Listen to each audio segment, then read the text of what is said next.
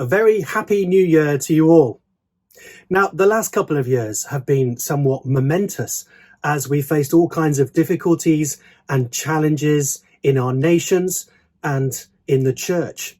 At the beginning of this new year, 2022, which may also bring us face to face with many serious issues in the Church of England and in the Anglican Communion, I want to encourage us all to take courage, collective, costly, continuing courage. You may know that old joke about the university student who sat down in an exam one day to find that the first question was this: what is courage? And apparently they wrote just two words: this is. And then they got up, put the pen down and walked out. Well, I think the Bible has a lot more to say than this about this virtue of courage. In Philippians chapter 1, for example, we learn that courage is unashamedly proclaiming the gospel, whatever the cost. So first, in Philippians chapter 1, verse 14, Paul says, "And because of my chains, most of the brothers and sisters have become confident in the Lord and dare all the more to proclaim the gospel without fear." Paul is in prison because of his open proclamation of the gospel, the good news of Jesus. But rather than making the Christians around him somewhat wary of speaking about Christ themselves, it has only made them more confident. That word there, confident, speaks of assurance in a situation which might normally cause fear or dismay. Theirs are not cowardly hearts, but convinced and courageous hearts. Indeed, they are daring, it says here, daring. They dare to double down on the gospel and preach it all the more, despite what has happened to Paul. This is the same daring courage that Joseph of Arimathea had when he took a deep breath and went in to ask Pilate for the body of Jesus. It may be a kind of fearless courage in one way, but that's not because there was nothing to fear. Rather, true courage is facing up to fear. As Cicero says, fortitude is deliberate facing of dangers and bearing of toils. Or I think it was President Franklin Roosevelt who once wrote, "Courage is not the absence of fear, but rather the assessment that something else is more important than fear." For the Christians that Paul is talking to in Philippians, the one he's talking about in Philippians, that something else was the courageous proclamation of the truth in the face of opposition. And that was part of their partnership with the Apostle Paul. In Philippians 1 verse 27, he urges them to strive together as one for the faith of the gospel, without being frightened in any way by those who oppose you. Now, the courage of one can be inspiring and strengthening, whether that's Paul in prison, a steadfast Christian in the workplace, secular workplace, or a bishop who has the courage to stick their neck out for the gospel on a controversial issue. The courage of one can be inspiring and strengthening. But courage is often something that we have to do together, that we must do together.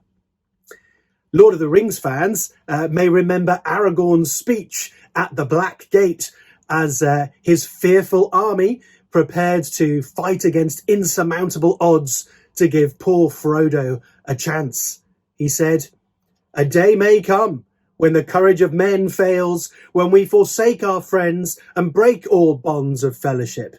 But it is not this day." We need each other. We need those bonds of fellowship. It damages all of us if some step away and distance themselves from the battles we all face. It saps our collective courage. Some may leave the battle for godly reasons, but others shrink back from the front line, perhaps out of fear or ambition. Standing together, as evangelicals have done recently in General Synod elections, for example, should mean more to us than whether or not we personally are in line for the next big job or diocesan post or whatever it is that might hold us back or make us feel ashamed to stand together. Second, Philippians chapter 1 verse 20 has something to say about the cost of courage.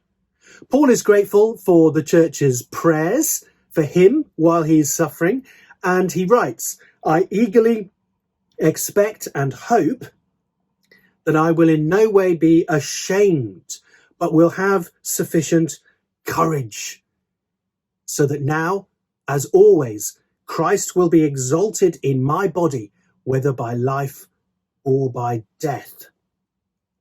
So this is another word for courage here in this verse. Here it's more about boldness, freedom to speak in what might be intimidating circumstances. Paul says he hopes for unashamed, confident courage to say what needs to be said, whether he lives or dies because of it. Again, this is something he shares with the Philippians themselves. Verse 29 says, "For it has been granted to you on behalf of Christ, not only to believe in him, but also to suffer for him." They have the same struggle and the same need for courage as Paul does.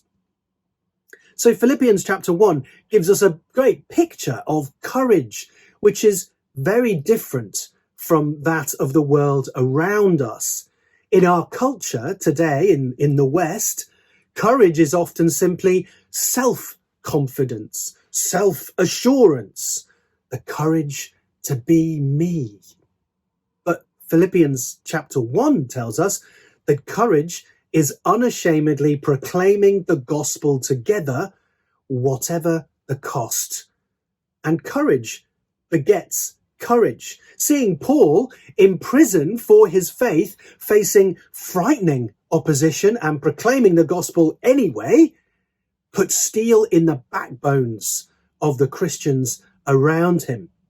God has not given us a spirit of timidity, but of power, of love, and of self-control. Because make no mistake, love and self-control require courage. It was Gregory the Great who said, "The fortitude of the righteous person is to overcome the flesh, to withstand self-indulgence, to quench the lusts of this present life." Do we have that kind of fortitude, that courage to fight valiantly those personal, intimate battles against the disordered desires of our own hearts when the world and much of the church tells us that we really need not bother and no one would know or mind if we didn't? Do we have that moral courage? In the rest of the Bible, outside of Philippians, being strong and courageous is often about doing what God has told you to do, trusting in his promise of help. Often this comes with the reassurance of his comforting, strengthening presence, whether that's in conquering the land with Joshua, building the temple, ending the exile, or standing firm in the faith. Now, brothers and sisters, we have no promises from the Lord of certain victory in the battles approaching us on General Synod and in the church as a whole today. We may lose. We may end up in the Church of England one day like the Episcopal Church in the US. No third province for those with traditional views on marriage, no alternative oversight, the 39 articles thrown on the bonfire. That may happen. Yet, as Augustine says, fortitude is love bearing all things readily for the sake of the object beloved. And so, we love the Church of England and God's people within. So we press on, resisting the temptation to fight ecclesiastical battles with the weapons of this world, and take up instead the word of God and prayer with the persuasive power of a godly life. Whatever happens, says Paul, conduct yourselves in a manner that is worthy of the gospel of Christ. Now, being out of control and out of our comfort zones brings fear. There's been a lot of that, hasn't there, in the last year or two. It's taken immense courage to do new types of ministry that often involve tiring and steep learning curves. For ministers and church leaderships, it has taken resolute determination to keep calm, to carry on, taking difficult decisions almost on a daily basis at some points, which we know will annoy or upset at least some people in the congregation.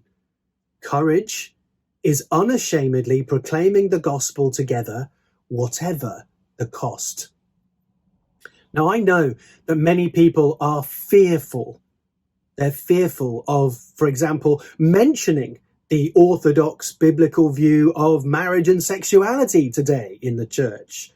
They don't want to talk about that in their churches. Of course, we naturally want to shy away from bringing that up when we already feel fragile and weak or even traumatized by the last 2 years. I mean, who needs more angst and argument right now? I don't. In the last few months, I've personally been threatened by numerous individuals online with CDMs being reported to the police, threatened with violence, verbal and physical abuse, and even death, simply for having stood by the Church of England's still official view of marriage and sexuality. I know that many of you have also faced this kind of flack. We know the temptation to self-censorship can be immense. So courage in our current circumstances is not about giving simple answers and then walking away like a cocky student in an exam being asked what courage is. No, courage is about endurance. As Aquinas puts it, the principal act of fortitude is endurance. That is, to stand immovable in the midst of dangers. But courage is not the same as foolhardiness, brawling, and brashness. It is not necessarily dramatic even. But whatever it is, courage is not passive either, or incomplete, all talking and tweeting, but never acting. Finally, courage is not optional either. It's not optional. It's rather startling, actually, when you look at Revelation 21, verse 8, that the people listed as being thrown into hell, the first people listed as being thrown into hell, even before murderers, the sexually immoral, idolaters, and liars, are the cowardly, the timid, the ones who run away. Brothers and sisters, let that not be us this year, but rather let us unashamedly proclaim the gospel together, whatever the cost in this life, because we know there is a day of judgment and reward on the horizon. That may mean speaking the truth that is hated by the world and by large parts of the church. It may also mean courageously confronting our own anxieties and inadequacies, our failures and our disunities. It's hard, but let's do it anyway, for the glory of God and the good of England. And let's pray together this prayer from the end of the book, Fight valiantly. Let's pray together. Almighty God, who gives victory to his faithful people, not by might nor by power, but by your Holy Spirit, grant in your mercy that we may not be ashamed to confess the faith of Christ crucified, and to fight valiantly against sin, the world, and the devil, contending for the gospel as his faithful soldiers and servants until the end of our lives. For we ask in the name of Jesus, who conquered the powers of darkness and gave himself up to rescue us from this present evil age. Amen.